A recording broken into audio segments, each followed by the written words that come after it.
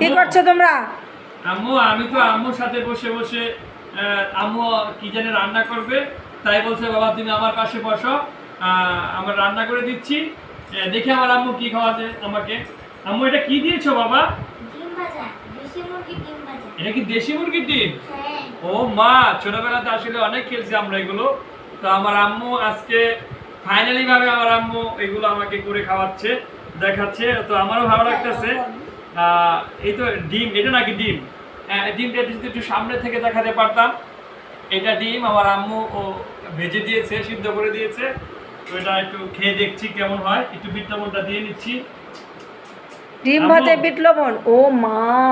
আম্মু তুমি তো একটা খাও, আমাকে একটু দিচ্ছ, তুমি একটা খাবা না? ঠিক আছে। ওই ফাইনালি তো অনেক টেস্ট হয়েছে আম্মু। হ্যাঁ, আজকে আবার ডিমের বার্গার বানাবো। আচ্ছা ঠিক আছে, তাহলে ডিম খাওয়া শেষ হয়েছে।